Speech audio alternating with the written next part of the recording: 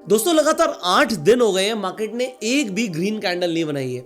आप यहां पर देखिए 1 2 3 4 5 6 7 8 दिन लगातार रेड, मार्केट गिरती जा रही है। सवाल आपके मन में एक ही है कि अब और क्या होगा, आगे कितना गिरेगा या यहां से बाउंस बैक ले सकता है। क्योंकि लोगों के इस वक्त पोर्टफोलियो नेगेटिव है, मैं समझ सकता हूं, क्योंकि ये सिर्फ 8 दिन की बात नहीं है। पिछले 5 महीने से लगातार मार्केट गिरती जा रही है और ऐसा 25 सालों में एक भी बार नहीं हुआ। तो स्क्रीन पर आप देख सकते हो ये 25 सालों का डेटा है। 25 सालों में लगातार 5 महीने के लिए निफ्टी कभी भी नेगेटिव नहीं थी, बट अभी ये 5 महीने लगातार जो मार्केट नेगेटिव है, इसका क्या मतलब है, आज इस वीडियो में हम ये सब समझेंगे। सो इंडियन मार्केट्स गिर रही हैं, इसका मतलब ये नहीं है ग्लोबल मार्केट्स गिर रही है। मैं आपको कुछ दिखाना चाहता हूँ। अगर आप इस वक्त देखोगे, ये हमारा चाइना का SSC शंघाई का जो इंडेक्स है, आप देख सकते हो इस वक्त ये ऊपर जा रहा है, हमारी इंडियन मार्केट नीचे जा रही है।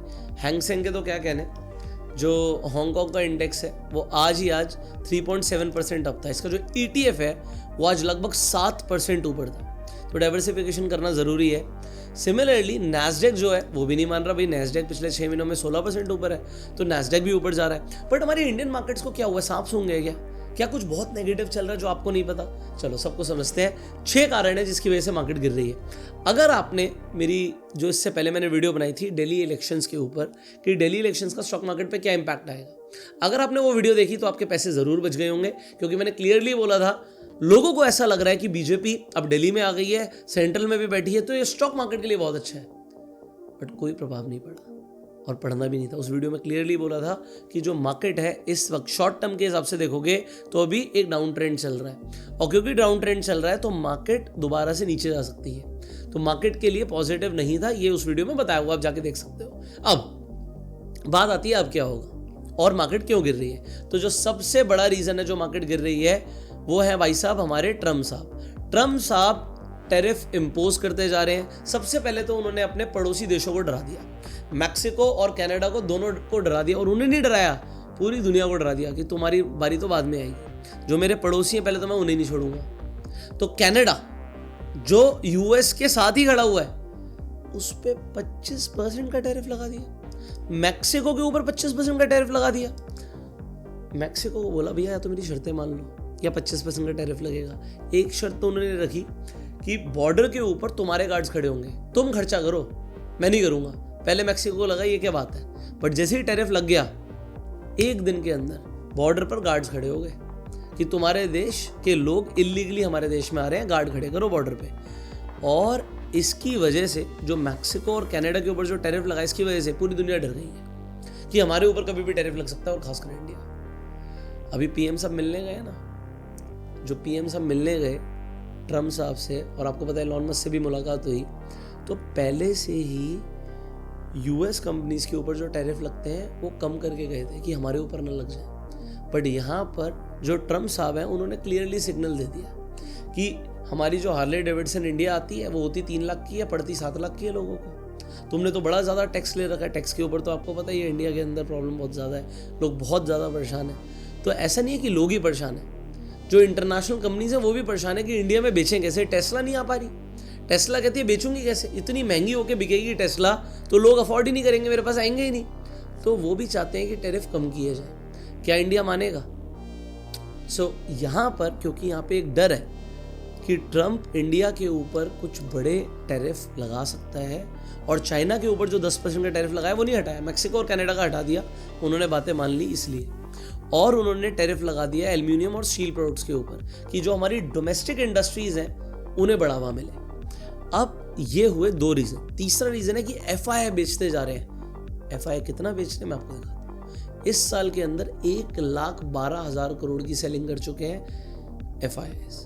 आपको यार पिछले साल तो और ज्यादा करी थी, हाँ जी पिछले साल 3 लाख करोड़ की करी थी, बट DII खड़े थे ना, जो DII है उन्होंने पिछले साल 5,26,000 करोड़ की बाइंग कर दी थी, इस वजह से मार्केट ऊपर चली गई थी। बट इस साल अभी FII DII से ज्यादा सेलिंग कर रहे हैं, तो DII इतना खरीद नहीं पा रहे, लोग अपनी SIP बंद करा रहे हैं। मार्केट नीचे जा रही है, जब मार्केट नीचे जाती है तो लोगों को मार्केट पर भरोसा कम होता है, लोग अपने डीमैट अकाउंट्स तक बंद करवा रहे हैं। तो ऐसे में क्या किया जाए, व्हाट ऑल्टरनेट्स वी हैव। तो अगर आप ऑल्टरनेट मार्केट्स को देखते हो, एग्जांपल इस वक्त आप क्रिप्टो मार्केट को देखते हो, तो क्रिप्टो मार्केट में लोगों का इंटरेस्ट आ रहा है क्योंकि क्रिप्टो मार्केट भाग रही है, लोगों का पैसा यहाँ पर बढ़ रहा है, तो क्योंकि क्रिप्टो ऊपर जा रहा है लोग ऑल्टरनेट ढूंढ रहे हैं। एग्जांपल CoinDCX के प्लेटफॉर्म के ऊपर आप क्रिप्टो करेंसीज के अंदर इन्वेस्ट कर सकते हैं, ट्रेड कर सकते हैं, तो यहाँ पर आप फ्यूचर्स के अंदर ट्रेड कर सकते हैं, आप देख सकते हैं, तो फ्यूचर्स का ऑप्शन आपको मिल जाएगा। अगर आपको फ्यूचर्स में ट्रेड करना है तो आपको यहाँ पर जो लेवरेज मिल रही है 50x तक की लेवरेज मिल रही है आपको बिटकॉइन के ऊपर, और यहाँ पर आपको ऑल्ट कॉइन्स मिल जाते हैं, जो भी आपका फेवरेट कॉइन है इसके ऊपर आप ट्रेड कर सकते हो। तो आपको पता है भाई बिटकॉइन के अंदर तो मोमेंटम काफ़ी ज़्यादा रहता है और लोगों को मोमेंटम चाहिए होता है ट्रेड करने के लिए। दोस्तों CoinDCX के प्लेटफॉर्म पर आपकी INR के अंदर ट्रेडिंग हो जाती है, आपको लोएस्ट ब्रोकरेज लगती है, और आप जब फ्यूचर्स के अंदर ट्रेडिंग करते हैं तो आपका कोई TDS डिडक्ट नहीं होता। दूसरी चीज़, इंडियन मार्केट्स के अंदर ट्रेड करना थोड़ा डिफिकल्ट भी होता जा रहा है। डिफिकल्ट होने का रीज़न आपको पता ही है कि अभी जब से 0DTs बंद करी हैं तो लोग ऑल्टरनेट ढूंढ रहे हैं, तो फ्यूचर्स के अंदर आप बिटकॉइन के अंदर, इथीरियम के अंदर और मल्टीपल ऑल्ट कॉइन्स के अंदर ट्रेड कर सकते हो।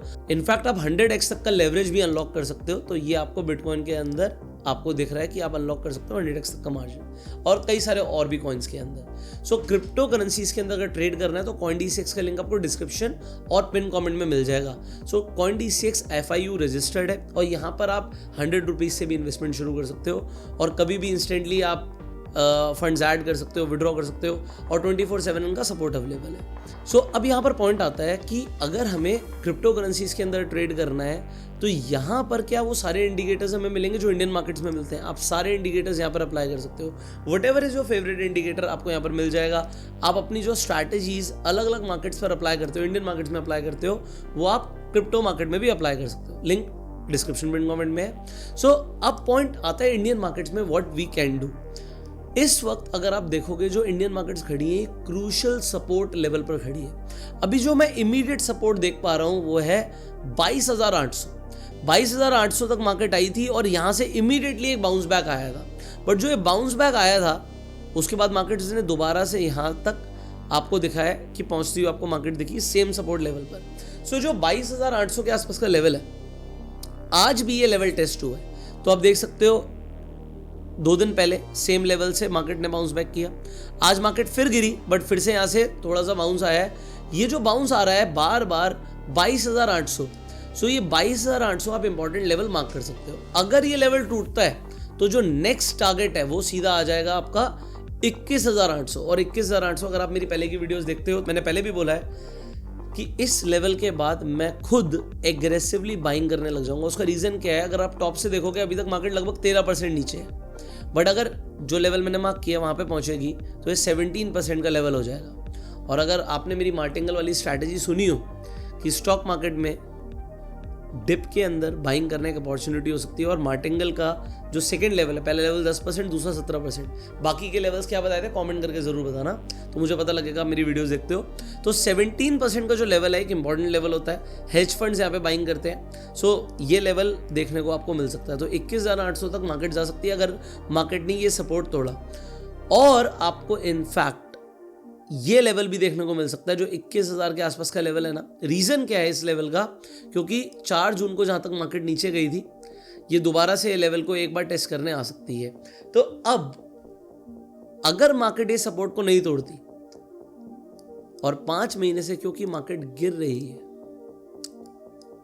ये पॉसिबिलिटी है मार्केट अभी भी अगर आप लॉन्ग टर्म देखोगे एक अच्छे खासे बुल रन के अंदर ही है, ये कोई क्रैश नहीं है, कुछ भी नेगेटिव नहीं है मार्केट के लिए।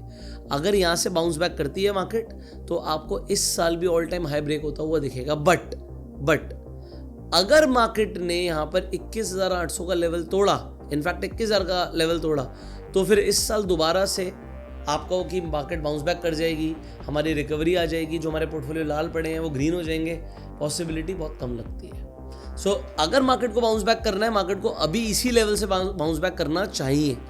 बट अगर मार्केट यहाँ पर बेरिश है और मार्केट और गिरने वाली है, तो आपको इंडिकेशन यहाँ पर मिल सकता है कि मार्केट इन लेवल्स को टेस्ट करती हुई दिखेगी। सो तब तक आप क्या कर सकते हो, आप ऑल्टरनेट ढूंढ सकते हो। भाई आपके पास बहुत सारी मार्केट्स हैं, अलग अलग टाइम फ्रेम्स के ऊपर आप क्रिप्टो के अंदर, आप अलग अलग ऑल्ट कॉइन्स के अंदर जहाँ पर आपको लगता है कि बड़ा मोमेंटम हमें मिल सकता है, और आपकी जो भी स्ट्रैटेजीज हैं आप देख सकते हो यहाँ पे बड़े बड़े मोमेंटम्स आते हैं। तो अगर आप यहाँ पर मोमेंटम देखते हो, ये जो यहाँ पे गिरना शुरू हुआ, अगर मैं ये टॉप से लेकर लो देखूँ तो ये लगभग 3% का फॉल है, और 3% का फॉल अगर हम बात करें तो ये सिर्फ एक दिन के अंदर हुआ है। एक दिन के अंदर 3% 4% का फॉल आपको बिटकॉइन के अंदर मिल जाता है, ऑल्ट कॉइन्स के अंदर इससे भी बड़ा। बट वहीं पर हम जो इंडियन मार्केट्स में ट्रेड करते हैं 1% का फॉल भी हम बड़ा फॉल बोल देते हैं। So you can explore CoinDCX, link is in the description and pin comment, and आप फ्यूचर्स में ट्रेड कर सकते हो, और आप जो भी आपको लगता है जिस भी करेंसी के अंदर आपको इन्वेस्टमेंट अगर लगता है तो आपको इन्वेस्ट भी आपको करने का ऑप्शन CoinDCX पे मिल रहा है। फाइनली मार्केट को लेकर मैंने आपको सब कुछ बता ही दिया है कि क्या क्या बड़े रीजंस हैं। कुछ जो और रीजंस हैं वो ये हैं कि जो Q3 की जो अर्निंग्स आई हैं वो अच्छी नहीं आई हैं, स्टॉक्स ने इसीलिए अच्छा परफॉर्म नहीं किया क्योंकि जो अर्निंग एक्सपेक्टेड थी वो नहीं आई है। बट Q4 का जो रिजल्ट है मुझे लगता है कि वो अच्छा आना चाहिए, और अप्रैल के अंदर मार्केट ऊपर जानी चाहिए, ऐसा मुझे लगता है। कोई रिकमेंडेशन नहीं है, ये मैं डेटा के अकॉर्डिंग बोल रहा हूँ। यहाँ पर आप डेटा देख सकते हो स्क्रीन पर जो लगाया है एडिटर ने, कि जो अप्रैल होता है वो मार्केट के लिए एज अ प्राइस सीजनैलिटी अगर आप देखोगे निफ्टी की तो काफ़ी पॉजिटिव होता है। सो पॉजिटिव रहो, होप मत लूज करो। CPI का डेटा जो आया था वो नेगेटिव आया था, नैस्डैक के नीचे गिर गया था, बिटकॉइन भी गिर गया था। हाँ, इन डेटा के लिए आप क्या करो, गूगल पर जाके लिखो इकोनॉमिक कैलेंडर।